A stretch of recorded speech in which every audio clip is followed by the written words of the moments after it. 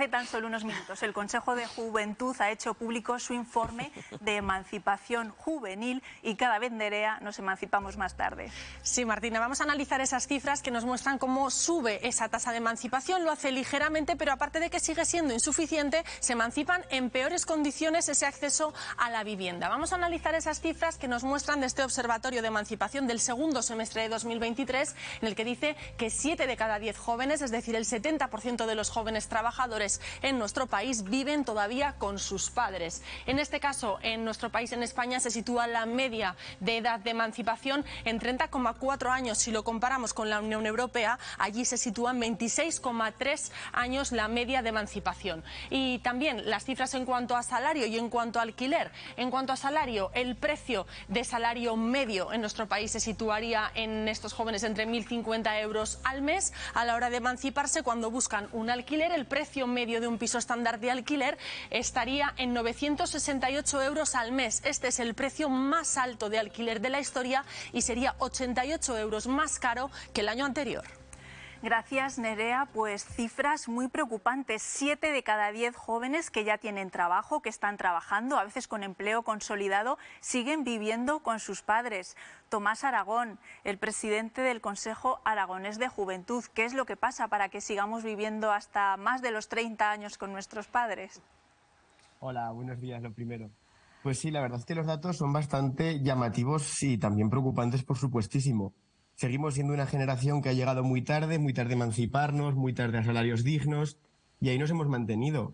La verdad es que en Aragón los datos no son mucho mejores. La tasa de emancipación aragonesa no se va mucho de la española. Si en España se habla de un 17% emancipada de los jóvenes, en Aragón es un 17,2%. Tampoco nos vamos mucho de ellos, del resto de España.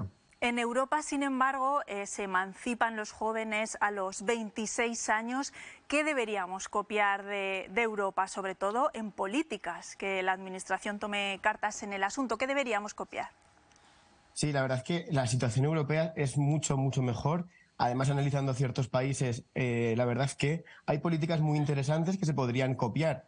Lo primero que hace falta es valentía, que sean políticas valientes, que sean políticas que luego se hagan realmente. ¿Cuántos años llevamos hablando y escuchando de que va a haber un gran parque público de vivienda, o que se va a limitar los alquileres, o que va a tramitarse el bono alquiler joven?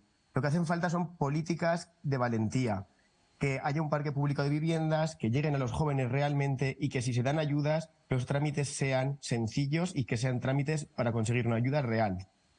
Y otra de las conclusiones muy dramáticas de este estudio es que cuando el joven se esfuerza y consigue emanciparse, no lo hace en condiciones dignas. A veces lo hace en habitaciones, pisos compartidos que no son dignas.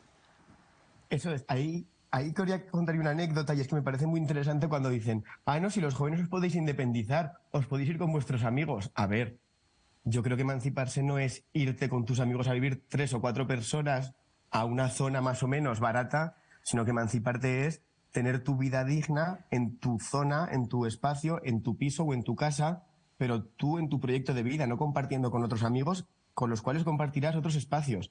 Pero sí, la realidad es que ahora mismo la manera más fácil de emanciparse es compartiendo piso. Se nota mucho en las zonas turísticas de Aragón y se nota mucho también en las zonas donde hay estudios o trabajo más fácilmente accesible, donde pues, los jóvenes tenemos que compartir espacios para vivir. Pues Tomás, muchísimas gracias. Venga, gracias a vosotros.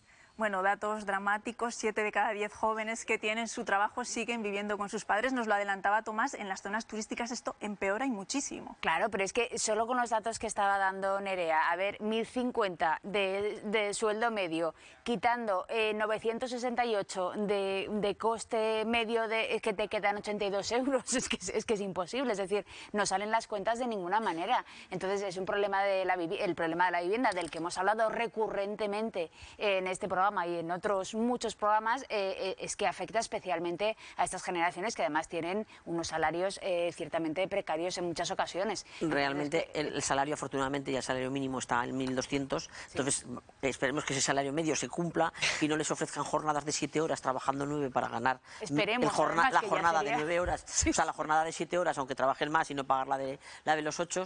Y con respecto a lo de los pisos, efectivamente es que ha faltado una política decidida de viviendas pequeñas niñas, para jóvenes y para emanciparse. Porque, como decía muy bien el presidente del Consejo de los Jóvenes, no se trata de irse en pandilla a vivir peor de cómo vive, sino de vivir dignamente y con posibilidades de desarrollar una vida como autónomo y plena, ¿no? O hay épocas, Genoveva, quiero decir, una cosa es cuando estás en la universidad con 20 años. Sí, una cosa es estudiar, con becas o que te lo pagan, pero otra cosa es irte cuando ya te ganas un sueldo. Efectivamente, ese trabajar tiene que conllevar poder vivir, o sea, trabajas y puedes vivir. Y luego también, aunque nunca se habla de ello, también hablar de las culturas. Las culturas europeas son más emancipatorias. O sea, es decir, aquí también tenemos un calor familiar que nos cuesta mucho que se vayan de cualquier manera los jóvenes. Y cuando en otros países se van de otra manera, y se van antes y introducen en sus costumbres y en sus hábitos vitales el trabajar más pronto, el trabajar en verano, el hacer pequeños trabajos. Eso está más desarrollado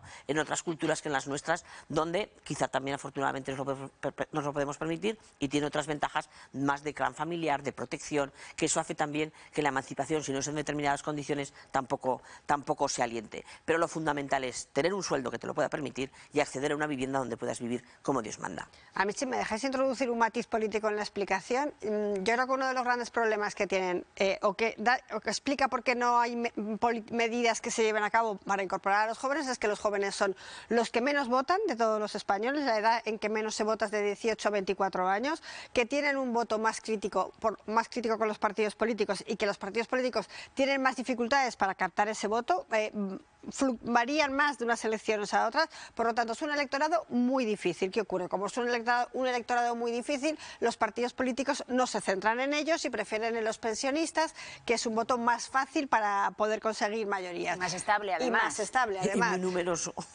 Efectivamente, y más numerosos, que los jóvenes son pocos, poco participativos políticamente en las elecciones y con un voto muy poco fiel, y luego muy mal organizados colectivamente, porque con este problemón que tienen de la vivienda, con lo que tenemos todos, que también es nuestro, es raro que los pensionistas se organizaron estupendamente para reclamar las pensiones. ¿Os acordáis de esas manifestaciones multitudinarias en Bilbao? Y consiguieron presionar, y los jóvenes están muy desorganizados en una reivindicación como la vivienda, que debería de ser básica, y que alguien tendría que articularlos, porque si no hacen ruido y si además no votan, van a ser transparentes para los gobiernos.